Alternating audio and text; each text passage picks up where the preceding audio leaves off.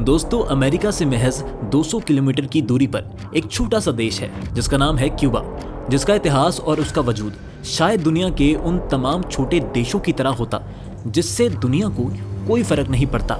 लेकिन ऐसा नहीं हुआ, बल्कि क्यूबा दुनिया के सबसे बड़े कैपिटलिस्ट देश के पड़ोस में रहते हुए भी दशकों तक एक कम्युनिस्ट कंट्री के रूप में अमेरिका का ही विरोध करता रहा।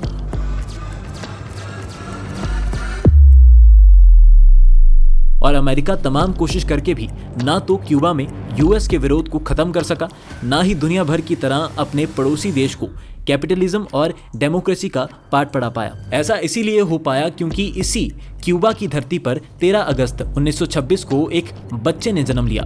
एक साधारण परिवार में जन्म लेने वाला लड़का जिसका नाम था फिडेल एलिजेंड्रो कैस्ट्रो रज। लेकिन दुनिया भर में यह शख्स फिडेल कैस्ट्रो के नाम से जाना गया, जिसने न सिर्फ अपने 800 गुरिल्ला लड़ाकों की मदद से यूएस सपोर्टेड बतिस्ता गवर्नमेंट की 30,000 वाली सेना को हराया,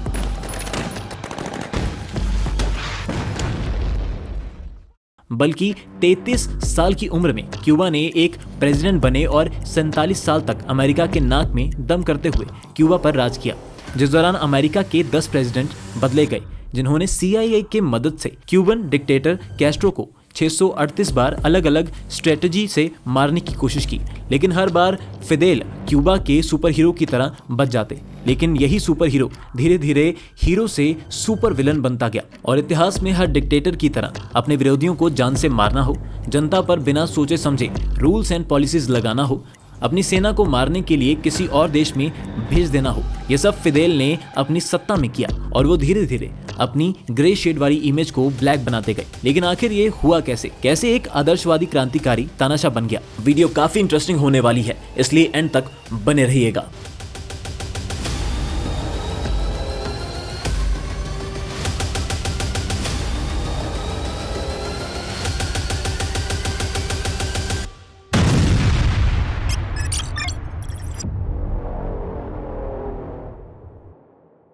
दोस्तों, फिदेल कैस्ट्रो का जन्म एक वेल्दी शुगर केन फार्मर के यहाँ हुआ था। उसके पिता का नाम एंजल कैस्ट्रो या अर्गिस, जो मेक्सिको से क्यूबा आए थे। बचपन से ही कैस्ट्रो एक अच्छे स्टूडेंट ना होते हुए भी अपनी एक अलग पहचान बनाने की कोशिश में लगे हुए थे। कैस्ट्रो जब बड़े हो रहे थे तो क्यूबा में गरीबों और सत्ता की मनमानी का दौरा चल रहा था और सत्ता को चलाने का काम कर रहा था अमेरिका, जो अपने पसंद के नेताओं को क्यूबा की लीडरशिप सौंप रहा था। क्योंकि 1898 में क्यूबा से स्पेन के कॉलोनियल कंट्रोल को खत्म करने में अमेरिका ने ही स्पेन से जंग की थी, लेकिन अमेरिका ने उसके बाद क्यूबा के लोगों पर ध्यान नहीं दिया। इसी तरह से क्यूबा के साथ ही साथ बाकी के लैटिन अमेरिकी देशों में भी गरीबी और सत्ता का कहर अपने चरम पर पहुंचने लगा। इसी माहौल में बड़े होते हुए कैस्ट्रो को यह अमेरिकन इंपीरियलिज्म बहुत परेशान करता था। साथ ही उन्हें ऐसा लगता था कि अमेरिका का यह पूंजीवाद ही क्यूबा में गरीबी का सबसे बड़ा कारण है, जिसकी वजह से ही कैस्ट्रो और भी पूंजीवाद के खिलाफ होते चले गए। इसके बाद उन्होंने 1940 में हवाना यूनिवर्सिटी में लॉ की पढ़ाई शुरू की और 1945 से लॉ की पढ़ाई शुरू करने के साथ ही साथ कैस्ट्रो स्टूडेंट पॉलिटिक्स का भी हिस्सा बन गए। फिदेल के बारे में कुछ हिस्टोरियन ऐसा भी कहते हैं कि उनके पास फोटोग्राफिक मेमोरी थी, इसीलिए वो महज कुछ समय क्लासरूम में बिताकर अपने एग्जाम पास कर लेते थे। साथ ही उन्होंने इसी दौरे में मार्क्स और लेनिन जैसे कम्युनिस्ट इंटेलेक्चुअल्स को भी पढ़ना शुरू कर दिया और वो जैसे जैसे मार्क्स को पढ़ते उनके भीतर कैपिटलिज्म के लिए नफरत बढ़ती जाती। ये वो दौर था जब ऐसा माना जाता है कि लोग सोवियत यूनियन को देखकर कम्युनिस्ट हो रहे थे।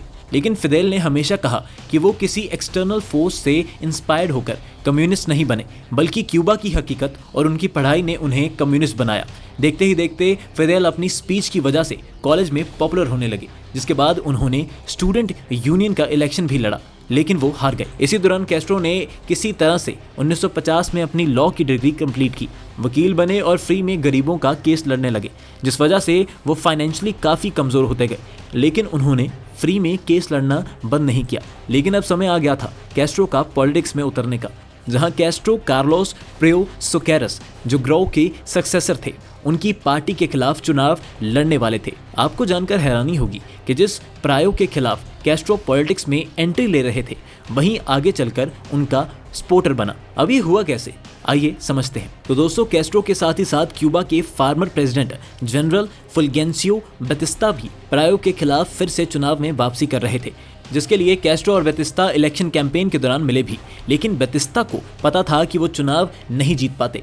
इसीलिए उन्होंने मार्च 1952 को मिलिट्री कूप कर दिया और प्रायो को क्यूबा छोड़कर भागना पड़ा और क्यूबा के नए प्रेसिडेंट हुए जनरल फुल्गेंसियो बेतिस्ता, जिन्होंने इलेक्शन को रद्द करके वहां डिसिप्लिन्ड डेमोक्रेसी का सिस्टम ला दिया जो एक तरह से तानाशाही थी। इसी के खिलाफ कैस्ट्रो ने बहुत से लीगल केस भी किए, लेकिन उसका जब फायदा नहीं हुआ तो कैस्ट्रो ने ऑल्टरनेटिव वेज की तलाश शुरू की, जिसमें जो सबसे इफेक्टिव वे कैस्ट्रो को समझ आया वो था रेवोल्यूशन। इस तरह से क्यूबन रेवोल्यूशन की नींव पड़ी और एक लॉ स्टूडेंट रेवोल्यूशनरी बन गया, क्यूबन रेवोल्यूशन। तारीख 26 जुलाई 1953, जिसे क्यूबा शायद ही कभी भुला पाए, क्योंकि इसी दिन फिडेल कैस्ट्रो ने अपने 111 साथियों के साथ मिलकर क्यूबन रेवोल्यूशन की पहली घटना को अंजाम दिया था। कैस्ट्रो और उनके साथियों ने सैंटियागो डे क्यूबा में मोनकाडा बैरक पर हमला कर दिया था। इस हमले का मकसद था बेतिस्ता की तानाशाही के खिलाफ आक्रोश को दिखाना और दूसरा बैरक से हथियार लूटकर क्रांति को आगे बढ़ाना।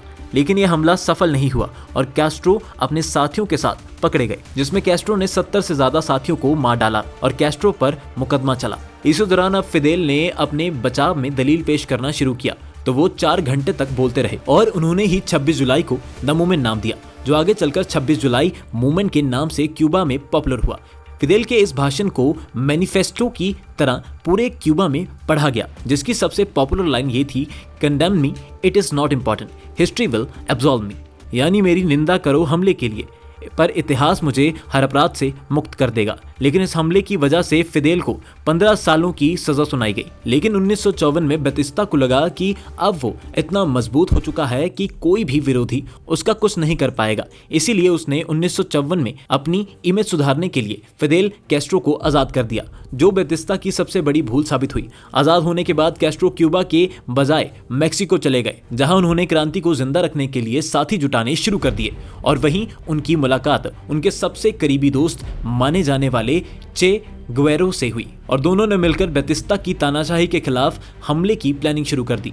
फाइनली दिसंबर 1956 में अपने 80 से ज्यादा साथियों के साथ फिदेल एक नाव की मदद से मेक्सिको से क्यूबा आए, लेकिन उनकी नाव जैसे ही क्यूबा की धरती पर पहुंची, बेतिस्ता की आर्मी ने उन लोगों पर अटैक कर दिया, जिस वजह से 80 में से सिर्फ 20 लोग ही सरवाइव कर सके, जिसमें फिदेल कैस्ट्रो और ची गुवेरा भी शामिल थे। इसके बाद उन्होंने क्यूबा में ही अपनी गुरिल्ला आर्मी तैयार की और क्यूबा की सरकार के खिलाफ लगातार हमले करते रहे, जिस वजह से करीब 3 सालों के अंदर ही बेतिस्ता ने हार मान ली और वो क्यूबा छोड़कर भाग गए। इस तरह की इतिहास की सबसे सफल गुरिल्ला वॉर में मुट्ठी भर सिपाहियों ने हजारों की सेना और ऊपर से अमेरिका के सपोर्ट को हरा दिया और जनवरी 1959 को फिदेल कैस्ट्रो क्यूबा के नए राष्ट्रपति बने।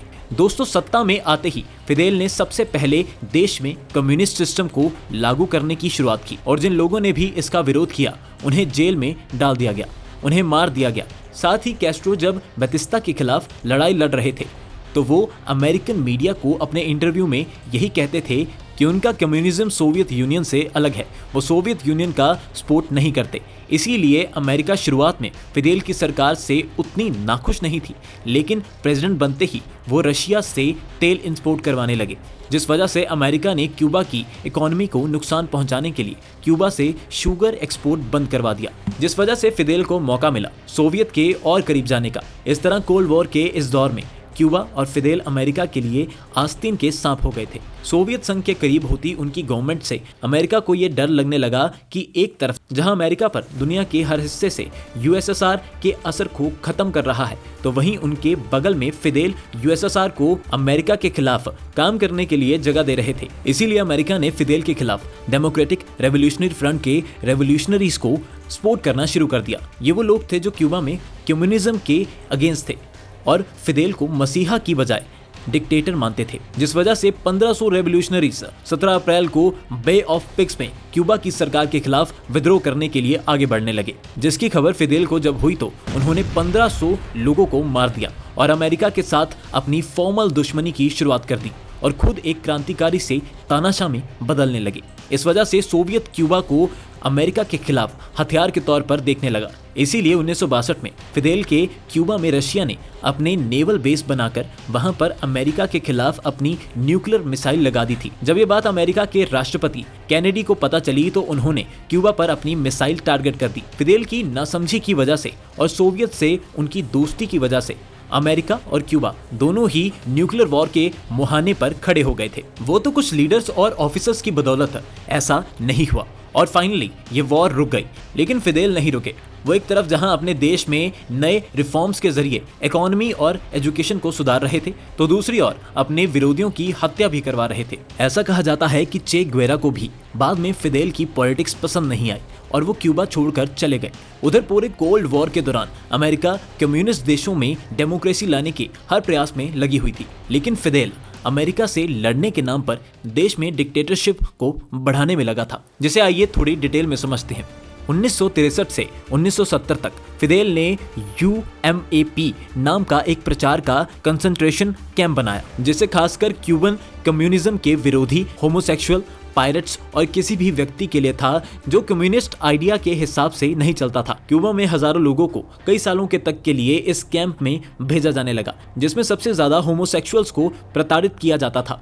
उनकी इसी हरकत ने उन्हें एक टोटल डिक्टेटर बना दिया और उनका जो बयान था कि इतिहास उन्हें माफ कर देगा, वो शायद पॉसिबल नहीं है। इसी दौरान 1968 में फिदेल ने स्मॉल एंड मीडियम बिजनेस और इंडस्ट्रीज को बंद कर दिया। साथ ही साथ रेस्टोरेंट और कॉफी शॉप्स को भी गवर्नमेंट रेगुलेशन में ले लिया, जिससे क्यूबा में बिजनेस कंपटीशन खत्म हो गया और देश में आर्थिक मंदी आने लगी। लेकिन फिदेल यही नहीं रुके, बल्कि उन्होंने देश के हर बिजनेस को बंद करवाकर 1970 में सबको लॉ जाफरा यानी शुगर प्रोडक्शन में लगा दिया, क्योंकि उन्होंने 10 मिलियन टन का एक टारगेट रखा था, जिसके तहत सब चीनी उगाने लगे। मार्केट में बाकी कोई प्रोडक्ट नहीं बचा और देश में खाने के लाले पड़ गए, लेकिन फिदेल नहीं माने। ये सब इसीलिए हो रहा था क्योंकि यूएसएसआर से क्यूबा की दोस्ती इतनी बढ़ गई थी कि फिदेल पूरी तरह से यूएसएसआर पर ही डिपेंडेंट होने लगे। बहुत से हिस्टोरियन इस समय के क्यूबा को यूएसएसआर का ही एक प्रोविनेंस कहते थे, क्योंकि यूएसएसआर के सपोर्ट से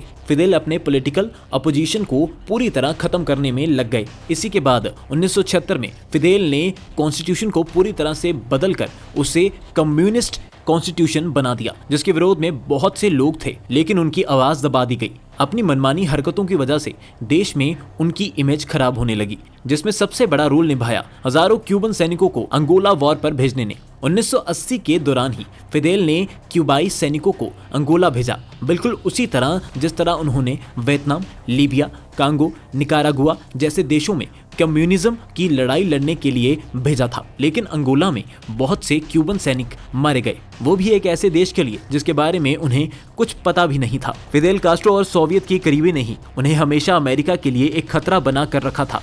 यही वजह है कि अमेरिका में जो भी राष्ट्रपति आता, चाहे वो रिपब्लिकन हो या डेमोक्रेटिक, सबसे पहले फिदेल कैस्ट्रो को मारने की प्लानिंग करते, जिसके लिए CIA ने एक नहीं बल्कि 638 कोशिश की, जिसमें कभी मॉब से अटैक करवाने से लेकर फिदेल के सिगार में जहर लगाना या उनकी एक्स गर्लफ्रेंड को मारने के लिए नियुक्त करना हो। CIA हर बार कोशिश करता, लेकिन फिदेल बच जाते।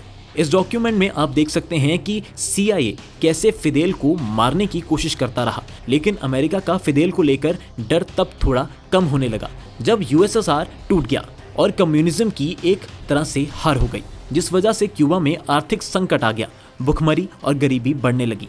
इसीलिए फाइनली फिदेल ने US डॉलर को लीगल कर दिया और क्यूबा में एक तरह का लिबरलाइजेशन आ गया, जिस वजह से ड्रग्स और प्रोस्टिट्यूशन भी क्यूबा में तेजी से बढ़ा और फिदेल के आइडियलिज्म की चमक फीकी पड़ने लगी। क्यूबन्स का अमेरिका जाना भी अलाउड हो गया और क्यूबा से लोग तेजी से अमेरिका भागने लगे। इस तरह से जिस इकोनॉमिक और सोशल रिफॉर्म्स के नाम पर फिदेल सत्ता में आए थे, वो पूरा नहीं हो पाया और फाइनली उन्होंने 2008 में अपनी सत्ता अपने भाई राउल कास्ट्रो को सौंपकर राजनीति से संन्यास ले लिया और 2016 में 90 साल की उम्र में वो मर गए।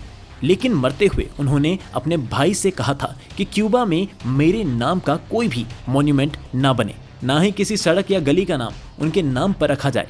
फिदेल खुद को क्यूबा में अमर नहीं करवाना चाहते थे, लेकिन ना सिर्फ क्यूबा में बल्कि पूरी दुनिया में फिदेल किसी के लिए हीरो तो किसी के लिए डिक्टेटर की तरह पहचाने गए और शायद इतिहास में उनका नाम हमेशा एक गुरिल्ला क्रांतिकारी की तरह याद किया जाएगा।